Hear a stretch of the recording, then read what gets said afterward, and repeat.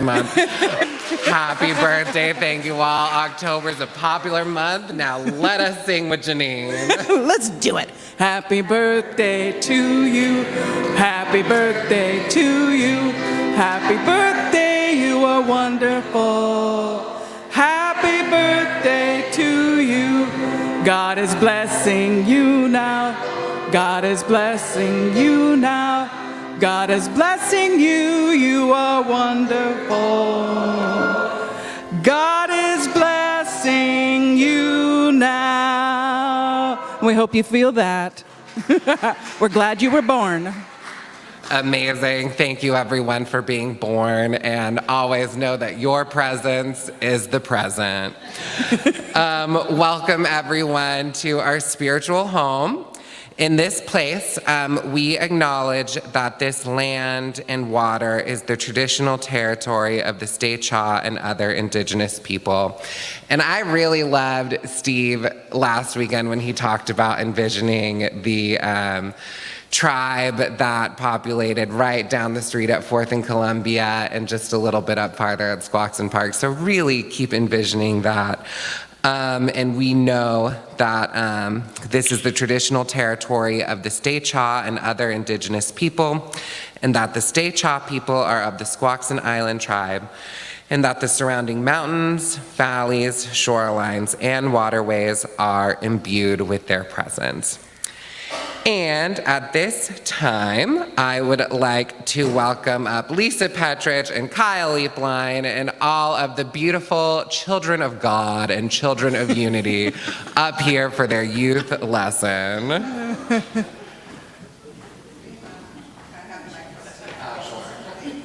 have to put it back. They just won't hear me. You project. Okay. I can do that. Good morning. Welcome, everybody. I'm so glad you're here. Okay, I'm going to ask the kids first.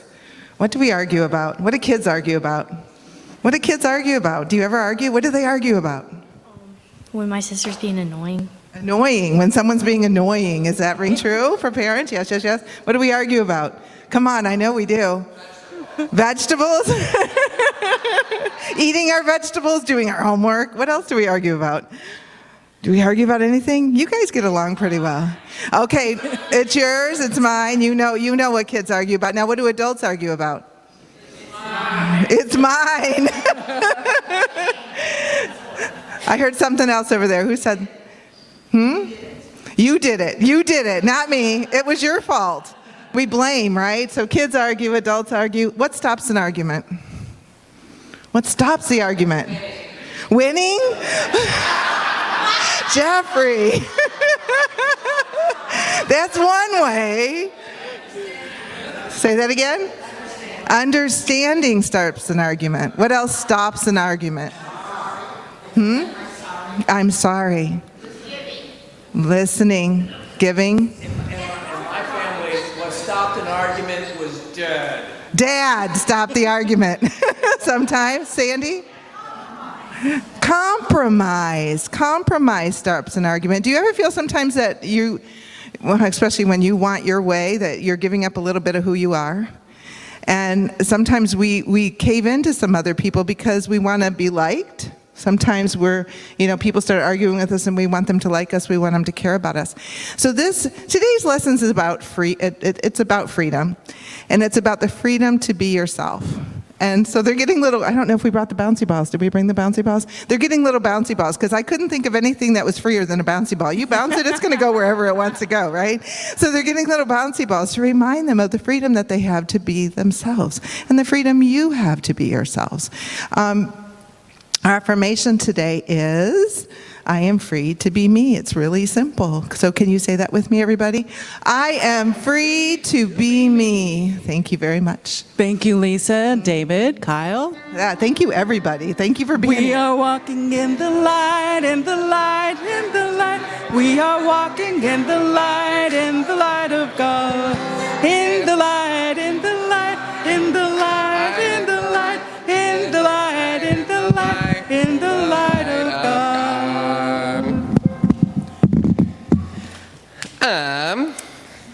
Greg and Reverend Terry had no idea what they were getting into when they voluntold me to be on the platform. So, as I always say, there are 3 types of people in the world. There are instigators, enablers, and observers, and you just have to figure out which one you are, and clearly I'm an instigator. So. Clearly. Okay, so who we are. At Unity, we are a community that serves with outreach as we live our lives with our way shower, Jesus, as our role model. It is your generosity and support that supports our youth program as well as our amazing musicians and our guests. So thank you all for your support. Today, it looks like we are supposed to have the minister's monthly report. Alas, she is on sabbatical, so no monthly report this month. So great job, everyone. Keep up the great work. And I'm sure Terry will have a lot to say when she gets back. And at this point, we enter into the prayer portion of our service. And one of our substitute prayer team members, Ms. Karen Reddick, will come up here and do our daily word, and Kyle will hold the prayer box.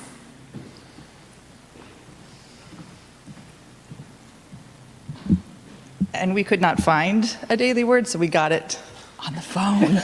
Technology. So resourceful. So it works out. Can you hear me? All right, so today's daily word is together. The presence of God unites us as we work, play, and pray together. Joining with others to work makes the job easier. Joining together for fun multiplies the enjoyment. The camaraderie, cooperation, and support of togetherness give me a boost and brighten my mood. The indwelling Christ presence is alive in all people everywhere. When I work, play, or pray with others, something greater than the sum of our individual efforts and insights results. The divine love that binds us multiplies as we recognize it in one another and give it fuller expression in ourselves. Work becomes more productive, play more enjoyable, and prayer more fulfilling. Together, we produce more good work and feel more joy and happiness than any of us could accomplish on our own. And from Matthew 18:20, for where 2 or 3 are gathered in my name, I am there among them. So the affirmation again is the presence of God unites us as we work, play, and pray together. The presence of God unites us as we work, play, and pray together. Thank you, Karen and Kyle. So, fun fact, you may have noticed we didn't have one of our regular prayer team members because they're sick and out of town this week as life happens. And Karen is in my Dinners for 6 group, and we had our first dinner yesterday. So I graciously voluntold her that she was up for this today. So great job. And also, our Dinners for 6 group name is the Fillmore Girls, and I just think that's really fun, and thought you guys would like that. And as we know, there are prayer requests in the front and in the back to put in the prayer box. And we pray for them here at Unity of Olympia for 30 days, and then we send them off to Unity Village, Silent Unity, where they're prayed on for an additional 30 days as well. I don't think we have anyone available for private prayer after service, but you are more than welcome to head to the back of the sanctuary and pray with God at the end of service if you want. So together, let us affirm our statement of faith. There is only one presence and one power in the universe and in my life. God the good, all power, presence, and wisdom. It is in God that I live, move, and have my being. Thank you. And after our special music today, we have a wonderful guest with us, the legendary Reverend Corey Passons. He is an ordained minister in the United Church of Christ. He serves as the Interfaith Minister for Community for Interfaith Celebration and is the Interfaith Relations Coordinator for Interfaith Works, which we know Unity is a long-standing member. He loves to play guitar and explore the energies of nature and purpose. So please welcome Reverend Corey Passons.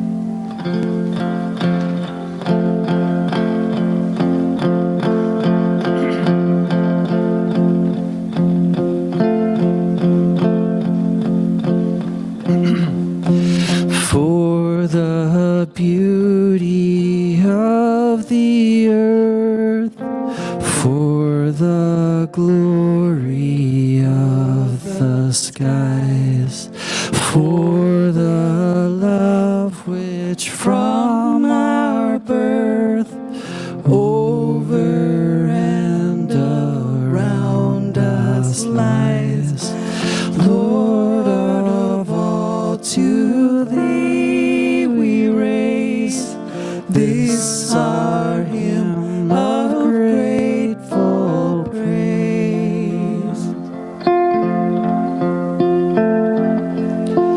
For the wonder of each hour of the day and of the night, hill and vale and tree and flower, sun and moon and stars of light, Lord of all, to thee we raise this our hymn of grateful praise.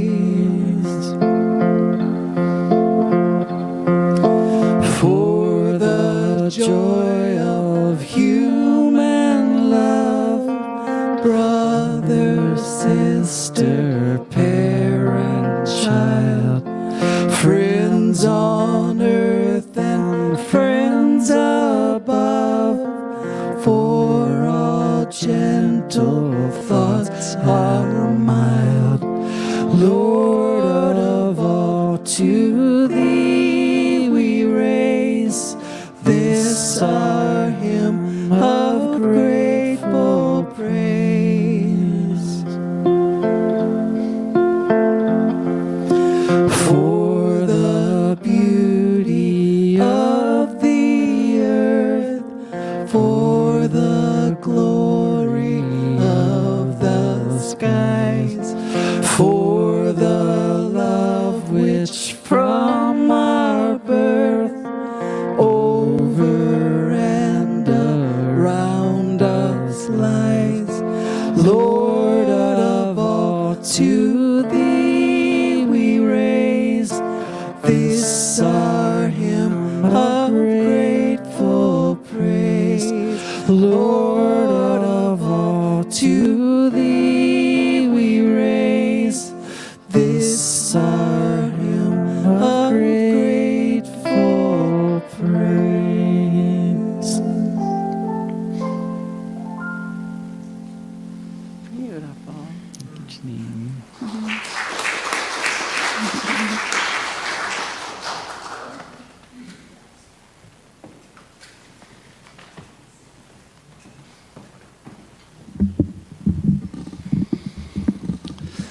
Good morning, Unity of Olympia. It's so good to be with you today. As we begin, I just want to take a moment, if we can, to pause in this space that Unity worships in and recognize that we are in a Jewish institution today, and just to lend our hearts and our prayers to the ongoing conflict in the lands of Palestine and Israel. Praying for peace, for transformation, for all people connected with the suffering that happens on both sides of this conflict. So we offer our sense of gratitude to the hosts today, Temple Beth Philo. We pray for the ongoing strength of Rabbi Seth and the leaders in this community. We give thanks for the Jewish tradition. We give thanks for the Islamic tradition, and we pray for peace.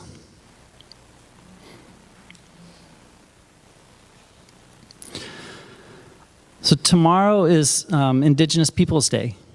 And mark your calendars, November 5th, Grandfather Roy Wilson will be here, right here with you.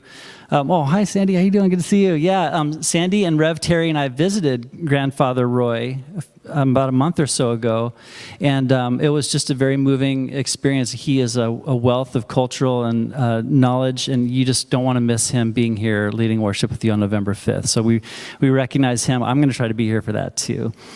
And we remember that tomorrow is Indigenous Peoples Day. This day of Indigenous Peoples Day was started in Berkeley, California in 1992 to coincide with the 500th anniversary of the arrival of Christopher Columbus in the Americas on October 12th, 1492, a day in history that Indigenous people look to as the beginning of a 500-plus year-long nightmare. A day in which a catastrophe began that has gone unabated in pain for Native Indigenous peoples from these lands. And I know I'm starting off on a bit of a heavy note, but for healing to come, we have to do truth-telling. And we just came through the Jewish high holidays. And Yom Kippur is about atoning, about teshuvah, this idea of Jewish return, that we miss the mark. And when we do, we try again to make things right, to bring forth the healing of the world, the tikkun olam in the Jewish tradition. So I begin today by naming that Indigenous Peoples Day is a chance to celebrate Indigenous cultures, and Indigenous cultures will be celebrated here regionally and across the country, and it's also a day to remember what has happened to the Indigenous peoples of this land. So to honor today, to honor Indigenous Peoples Day tomorrow, I want to today offer some reflections from Native American spirituality as offered by Vine Deloria Jr. Vine Deloria Jr. is a 20th century Indigenous theologian, widely considered one of the most important Native American theologians of the 20th century. And his seminal work, God is Red, is celebrating its 50th year this year. And I commend you to this one-volume anthology and authority on American Indigenous perspectives on creation care, tribal belonging, Indigenous spirituality, as well as some just incredible history about Indigenous coalitions that have happened, and some really poignant commentary on Indigenous versus Christian perspectives on creation and a host of other issues. And of the many, many teachings in this book, I just want to offer one today. And it's enough. It's about views of the non-human world and the unity of all being. And these are connected. These are one teaching. Vine Deloria writes, other living things are not regarded as insensitive species. So other living things that are non-human are not regarded as insensitive species.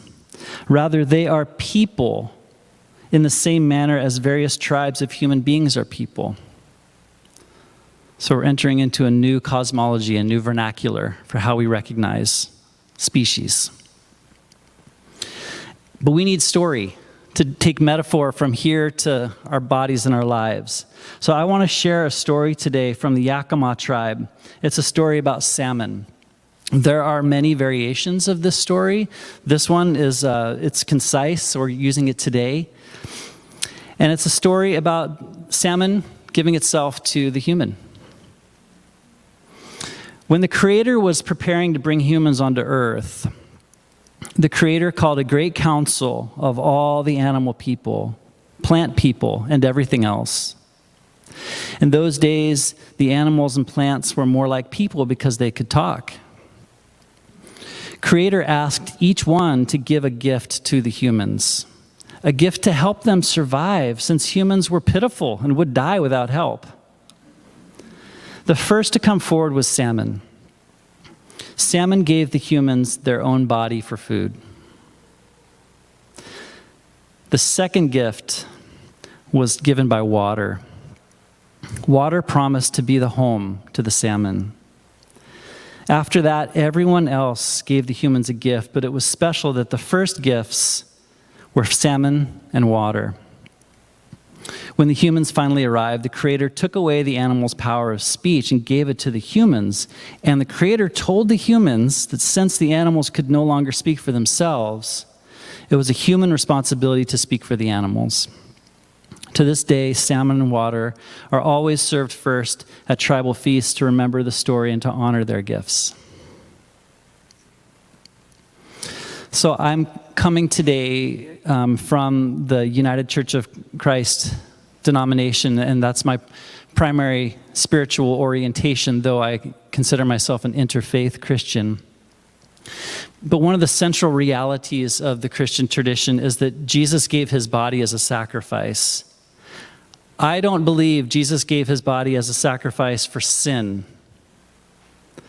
I think that Jesus offering his body was a culmination of his commitment of resistance to systems of empire that sought to oppress and dehumanize the poor.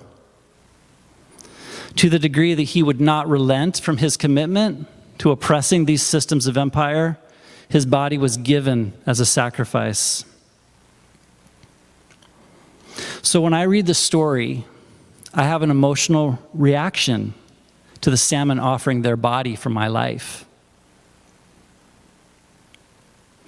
And I'm also able to identify that I have not offered salmon the depth of feeling and gratitude that I've offered the person of Jesus. But I could. And that is what Vine Deloria is trying to help me see. And I'm grateful to him. He's saying this is the difference between indigenous spiritualities and the cultural conditioning that I've received in my own path of offering the deepest devotion spiritually in my life toward a figure versus a fish that feeds me.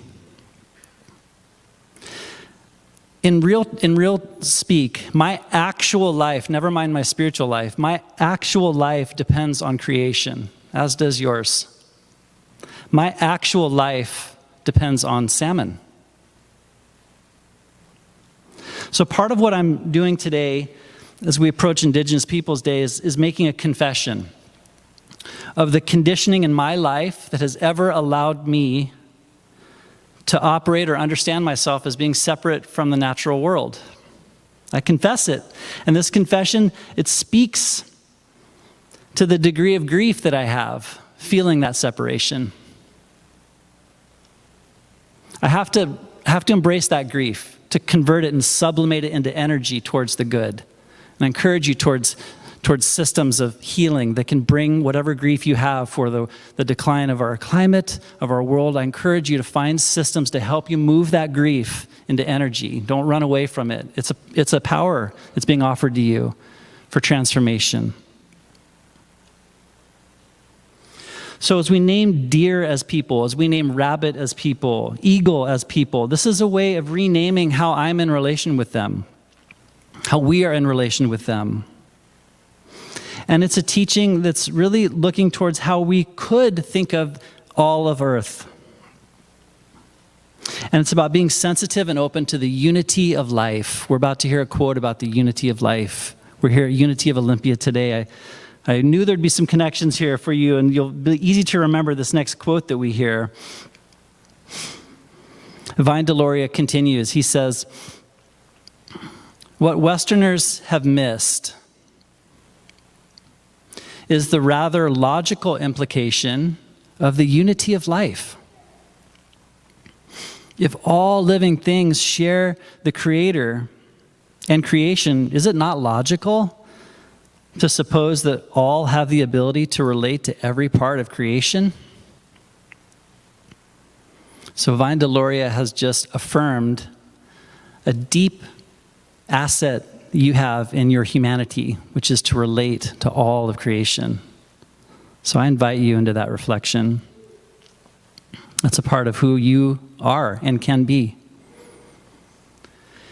He puts an even finer point on this teaching by naming the task and goal of tribal religion, although he says there's not really one specific task or goal. He said if there were to be one, he said it would be to determine the proper relationship that people of the tribe must have with other living things, and to develop the self-discipline within tribal communities so that humans act harmoniously with other creatures. So we're seeing in this quote, Deloria takes the responsibility of relationship very, very seriously. When we hear stories from Native American folklore and tradition of shape-shifting, of someone becoming a buffalo or crow becoming a human, these stories, they point to a deeper understanding, a profound reality that there is a unity of life. They're expressions of this unity of life. The people who wrote these stories, they understood and experienced that reality in a way that the unity of life was a logical outcome of this way that they walk in the world. So tomorrow, as Indigenous Peoples Day comes, I would encourage and suggest that we use the day to acknowledge the fundamental teaching within Native American spirituality of the unity of life. We're living in a time that's in need of transformation. Our ways have to change as a human family, as a global family. We're in a moment of finality, of deciding how the stewardship of this one planet that we have will result. And as far as I can see, the best chance we have of achieving transformation in the way how we engage with Earth would be to open our hearts and our minds and our souls to the logical implication of the unity of life. I think this teaching and the direction of Indigenous leaders who uphold this teaching is the path forward to stopping the destruction of our planet.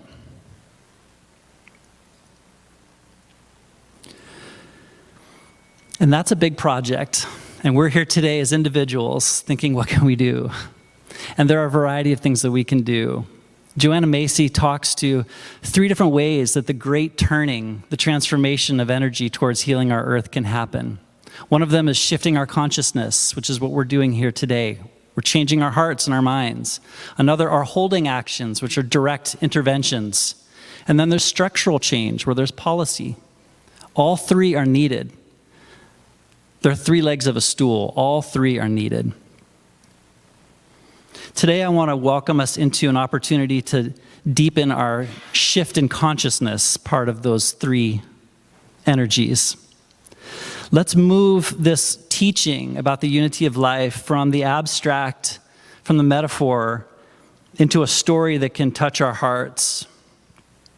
Let's move into intoning, where our bodies can get involved. And I think I'm supposed to cue a slide right now.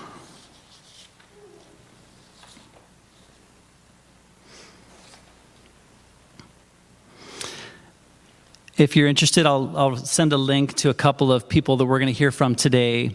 Navajo historian and tribal elder Wally Brown. He's very easy to find online. He has a beautiful talk about walking in beauty.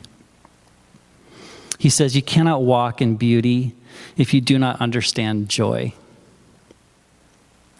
To acquire beauty and to walk in beauty, we have to experience joy, happiness, confidence, and peace. And those are the things that are actually the purpose of life. So as we think about you, me, our bodies, our breath, all being a part of the unity of life, I'll sing this chant And if you want to begin to sing it with me, I'll do it maybe a couple of times. And it's about walking in beauty.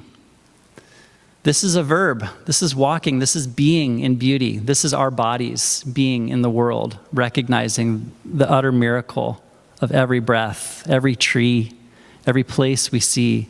This is about being within that, within it, not apart from it, but within it. Now I walk in beauty. Beauty is before me. Beauty is behind me, above and below me. Now I walk in beauty. Beauty is before me. Beauty is behind me, above and below me. Now I walk in beauty. Beauty is before me. Beauty is behind me, above and below me.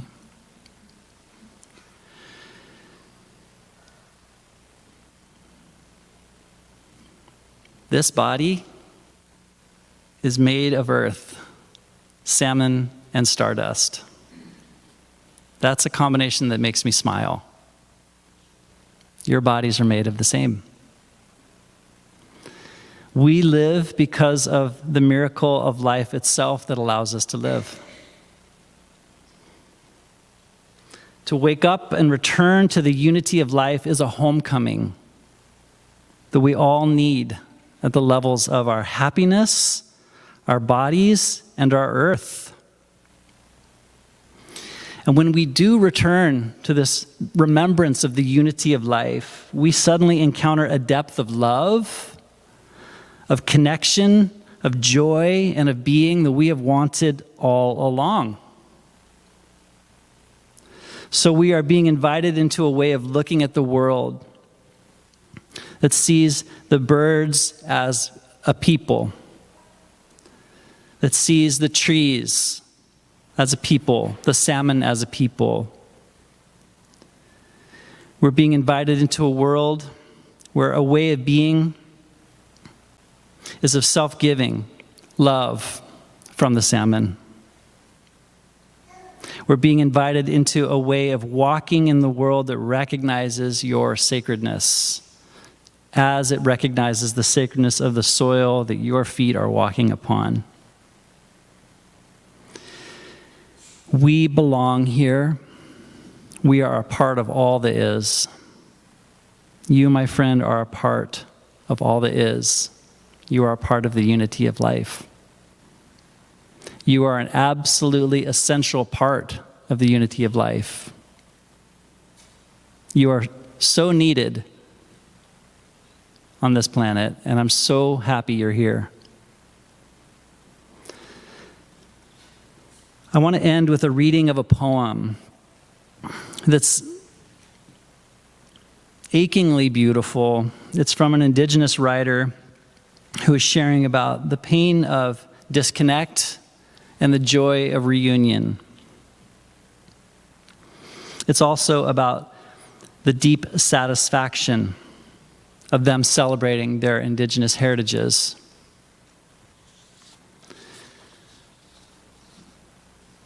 The author is Idika Chalumo, and I will send a link if you have a newsletter for this poem. This contemporary young poet was, I requested permission to use this poem and offered an honorarium to them. It's called The Archive of Our Relation, and it'll be how I close today before we move into meditation. I admit, the mourning is constant. The names, the words, the whispers, colors, and textures that were lost. Persecuted, poisoned, disinherited, extracted, cut down, shaved, kidnapped, unclaimed and forgotten. an endless war. I too report my silence has not saved me, yet running water calls spirits hidden in me carefully, waiting for me to quiet the mind, so they may wake me right on time to witness the great expanse, a dance so tender it gently wakes the sun. In gratitude, the sun rises, offers its power, so that we may see all that has been done and all that is yet to come. In humility and courage I rise, offer my power so that I may see all that has been done and you who has yet to come to become. May the sun always shine on you, a prayer weaved by the most precious parts of me, a breath, the most potent offering to our becoming. I report the water, the earth, the seeds, and the grace of a dancing sky remain a pure reflection, the wealth of our inheritance, the heart of our connection, the archive of our relation. Agua es vida. Water is life. We are the water, and remembering has offered us our lives. Love letters bloomed beautiful in anticipation of you. Travel guides to the ancient futures that are due. Living memory of gestation and labor, humble testimonies conspired in your favor. You see, more than hope, we hold a deep knowing. All creation moves in a circle. All that once was dead is reborn. The breaking of the seed, a necessary violence. Forgiveness, a necessary blooming. Resistance, a necessary rooting. Rebuilding, a defining act of courage. Letting go, a radical act of love. I too agree with the trees. I do not shy away from the darkness, nor do I fear the wind.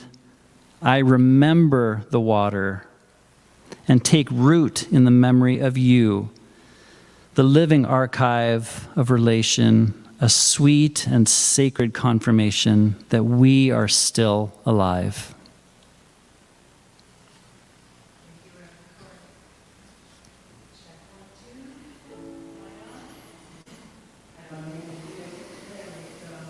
We'll do a meditation hymn, and then we'll move into the spoken meditation.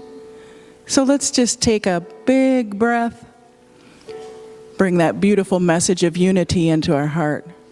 That was beautiful. Sing with me. There is only one presence, one power, that is love. There is only one moment in this hour that is now. Everybody, love now, love now, love now, love now, love now. Ooh. Everybody, love now, love now, love now, love now, love now. Let's do it one more time. There is only one praise, sing it out, one power, that is love. There is only one moment in this hour that is now. Everybody, love now, love now, love now, love now, love now. Ooh.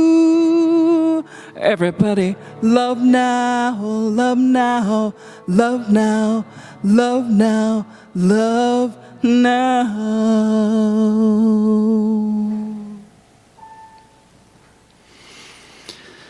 Just encourage you to find a comfortable seated position.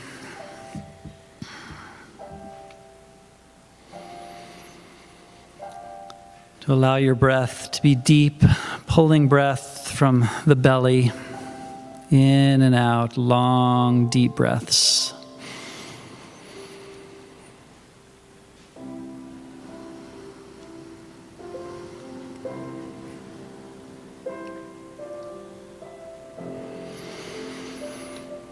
Each breath a reconnection with the unity of life.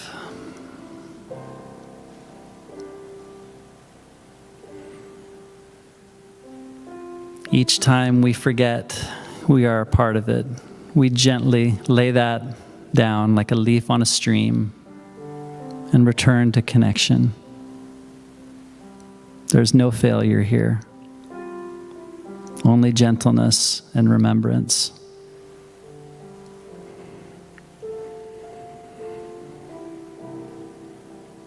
Each breath a return instantly to being part of the unity of life.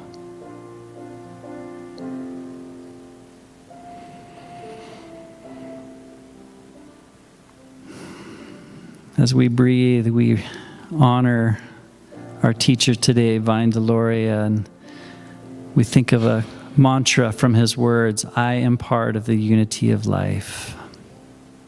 You can intone that within as you breathe deeply. I am part of the unity of life.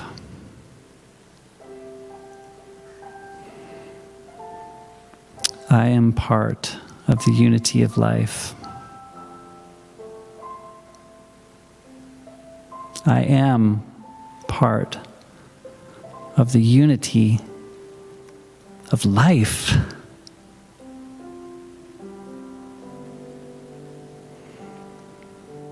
We'll enter into a couple minutes of shared silence as we continue our meditation.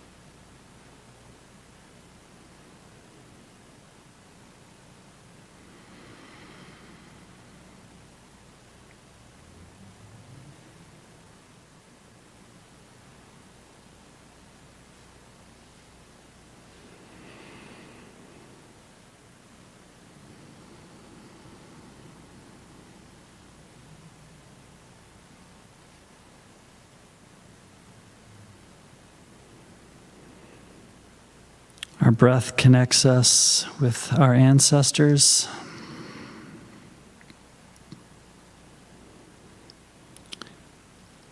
Our breath connects us with our neighbors.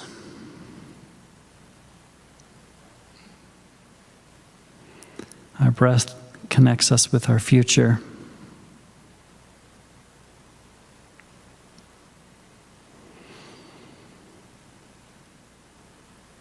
We breathe and we feel the invitation of life into unity with it.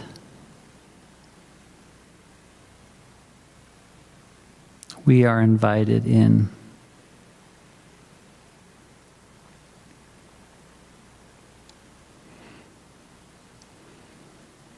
As we enter into unity with life, we name our gratitude.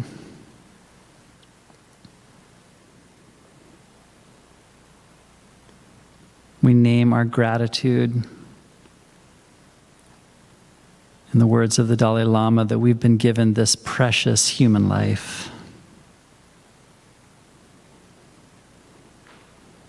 As we respond to the invitation to the unity of life, we name our gratitude for the resilience, the strength, the beauty, and the determination of our indigenous neighbors, Squaxin, Chehalis, Cowlitz, Squally, Puyallup.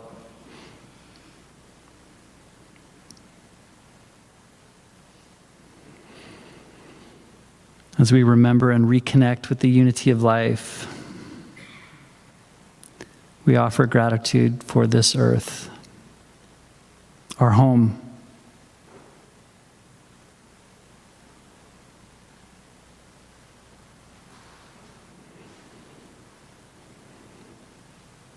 We give thanks that we walk forth in beauty, before me, below me, behind me, above, and beyond me.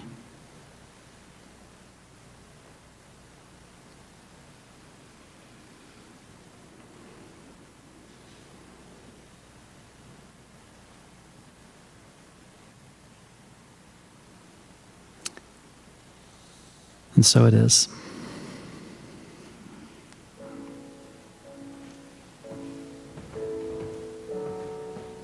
Let's feel this in our body.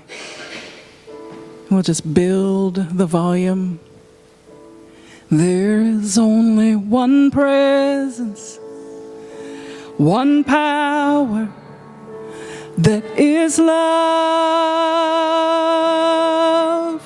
There is only one moment in this hour that is now. Everybody love now, love now, love now, love now, love now. Ooh, everybody love now, love now, love now, love now, love now. Oh, let's do it nice and big. There is only one presence and one power that is love. There is only one moment in this hour that is now.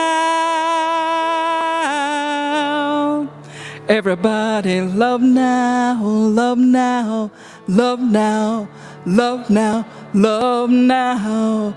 Ooh, everybody love now, love now, love now, love now, love now. Beautiful. Thank you, Janine, and thank you, Corey. That was a beautiful talk. I love a socially radical charged acknowledgement of climate change, so I'm super here for that. So now we would like to take some time and just welcome everyone. We know that everyone is here today by divine appointment and not by accident.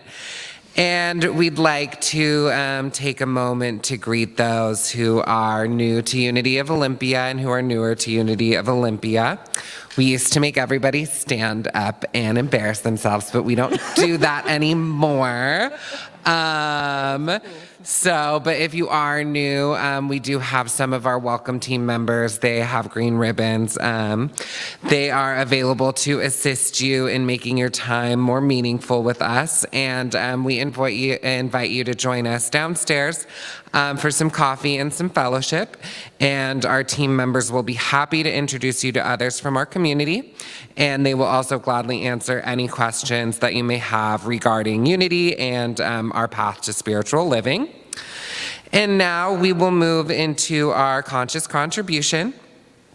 And there are many ways to support our spiritual community, and as always, you can make your conscious contributions on our website or via Venmo, or put it in the mail, or give here at service following.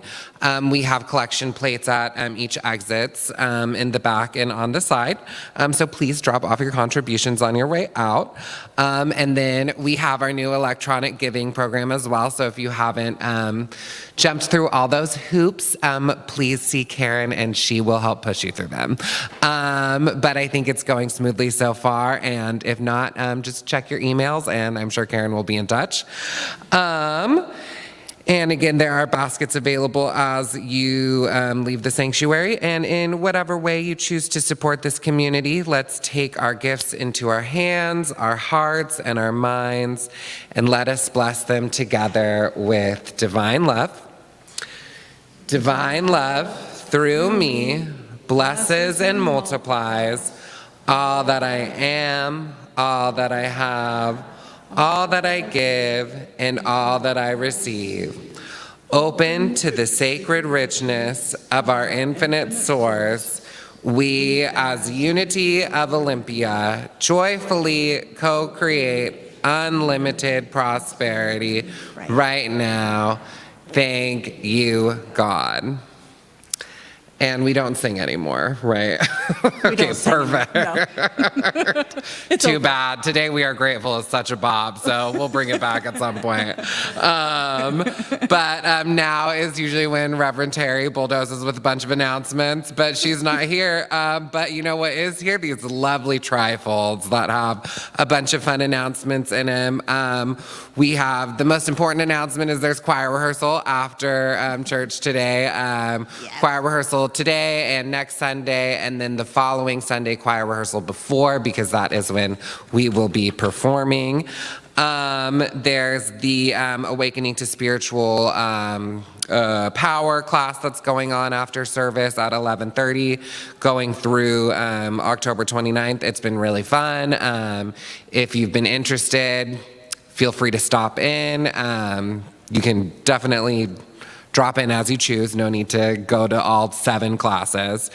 And then on November 5th, Terry is going to be doing the Getting to Know U of O membership class, which I think it used to be required but is now not required, but it's still a lot of fun. Even if you're someone who's been in Unity of Olympia for quite a while, it is really fun to go get to know the history a little bit more and just get to know your fellow congregants a little bit more. There is a spirit group host party happening on November 12th. We've got a gratitude potluck, it looks like, happening on November 19th. I think there will be some more details to follow. I'm sure there will be lots of hot tea to be had that morning. And we have an emerging church book discussion group on November 19th. If you didn't grab one of these pamphlets, feel free to grab one on the way out, and definitely go onto the website as well. And we have a hand raised. Yes, I just want to remind everybody to be sure on November 5th. It's going to be really interesting when we have our Indian church service. Oh, beautiful. Yeah, fun. So mark your calendars. Make sure to be here for that day. And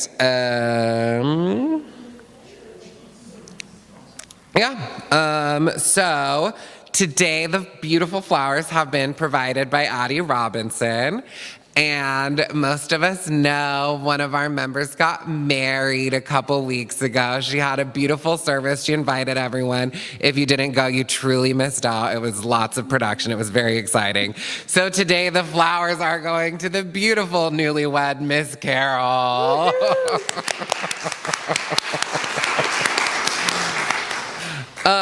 So Reverend Corey, if you would like to come up, say a couple more words, and then I think we are ready to pray.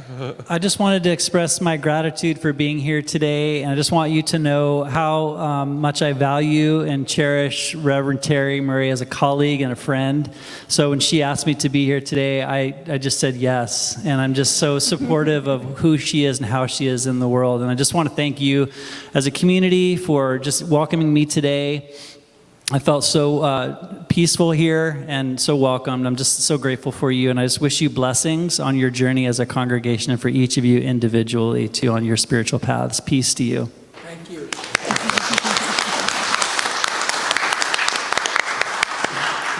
All right, well, everybody, time to stand again. Grab the hand of your neighbor if you are comfortable with that. And let us join each other in the prayer of protection. The light of God surrounds us. We are the light of God. The love of God enfolds us. We are the love of God. The power of God protects us. We are the power of God. The presence of God watches over us. We are the presence of God. Wherever we are, God is, and all is well. And thank you for everyone who joined us online today. And thank you all for being here, and have a wonderful